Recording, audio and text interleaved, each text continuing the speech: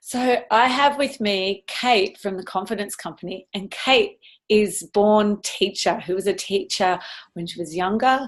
She's had experience in the ambulance service with education at Werribee Zoo, um, just as a teacher as well in the classroom. And I'd love for you, Kate, to introduce yourself and give us a bit more information also about the Confidence Company as well.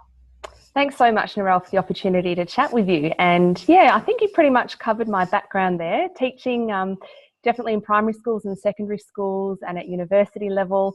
I had the wonderful job of teaching all of the school kids that came to the Werribee Zoo, which was pretty amazing. And I'm currently at Ambulance Victoria as the Community Education Manager, where I get to work with community members from all over Victoria, and also working with paramedics who spend a lot of their time educating the community on what to do in a medical emergency.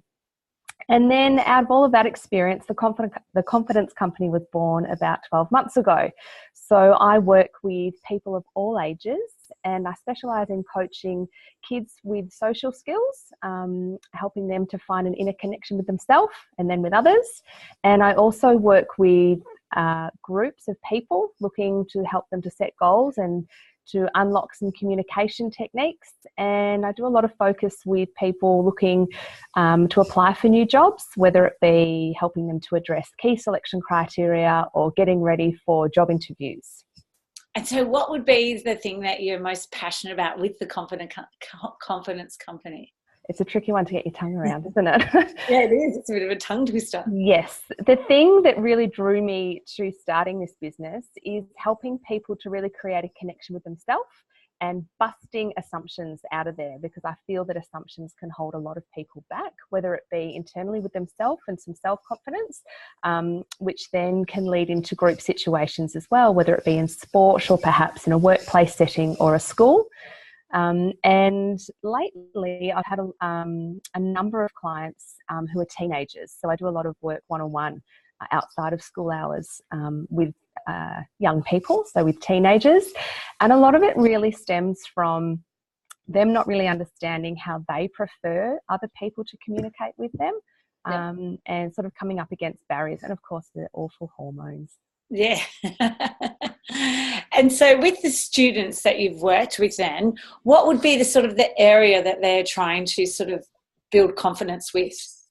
Yes, area. really good question. So a lot of kids that I've worked with in 2017 were sort of around that age of about 10 up through to 16. And I found that a great deal of it came from not having a sense of self and a connection that it's actually okay to be yourself, and then helping them to sort of change that narrative in their language, to flip some language, to focus on the positives and also the things that they can do. Mm-hmm. Yeah. So is there a strategy or a thing that you would recommend for parents to do with their teenagers around that building self-confidence as well? Yeah, that's a great question. So I'm lucky enough to be a stepmom to two almost teenagers. So Jake is nearly 16 and Talia is nearly 13. And something that I found really works well with us is to make sure that communication, open communication, isn't a chore. So it's actually something that we do and we've practiced for a number of years. And a great way and a great place to do it is at the dining table. So it might be over breakfast, or, you know, we might talk about things like, gee, I wonder what you're hoping to achieve today.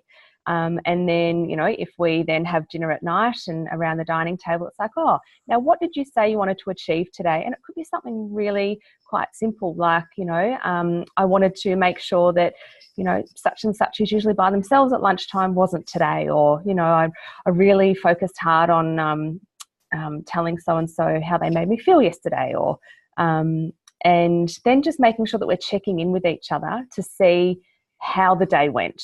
And something else that I find works really well is that my husband and I, we're part of that conversation. So it's not just about the kids. We're not always asking them to tell us.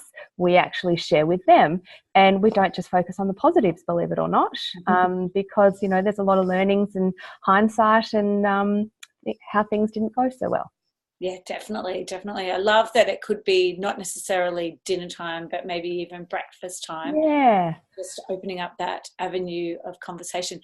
Another one I've heard of is in the car, that a lot of teenagers seem to like the Yep. car situation. Definitely. You just took the words out of my head.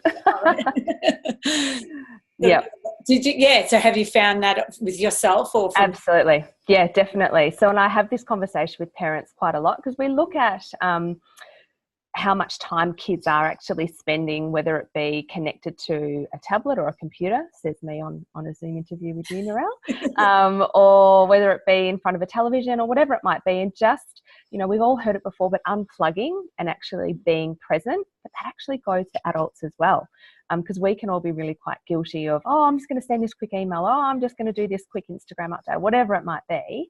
But we're role modeling that whole time. So often in the car, I will suggest to families that, oh, so you drive 20 minutes to school each morning.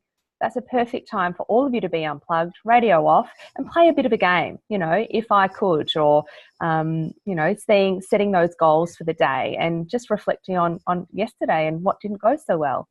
Yeah, definitely. And I find that the kids actually open up because they're not that face to face and they're behind you and share their stories. Yeah, absolutely. Yeah.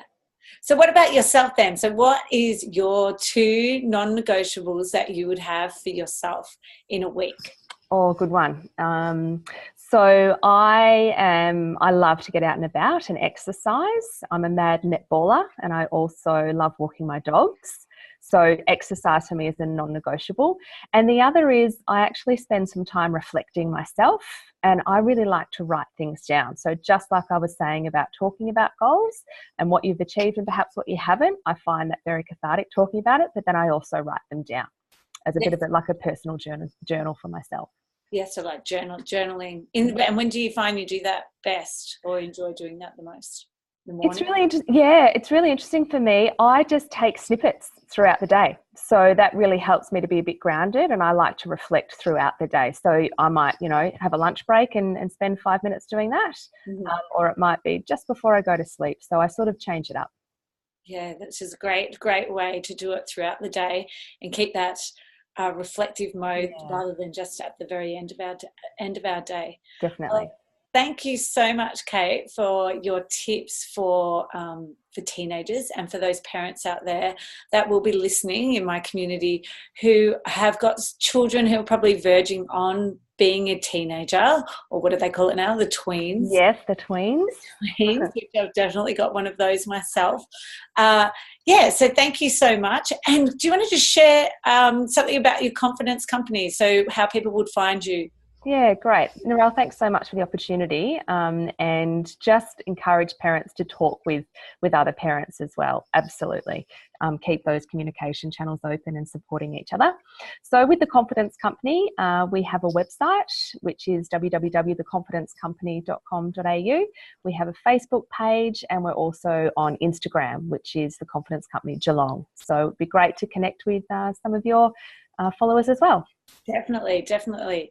Well, thank you so much, Kate. And I look forward to catching up with you again soon and sharing some more tips with parents, maybe even near the end of the year with interviews or preparing students for their, what is it, like being leadership? Yeah, leadership. Yeah, absolutely. Yeah, we've done a lot of work with some students in 2017 and a lot of successful outcomes with those students becoming school captains. Yeah, fantastic. Well, thanks again, Kate. Thanks, Narelle. Wonderful as always. Bye.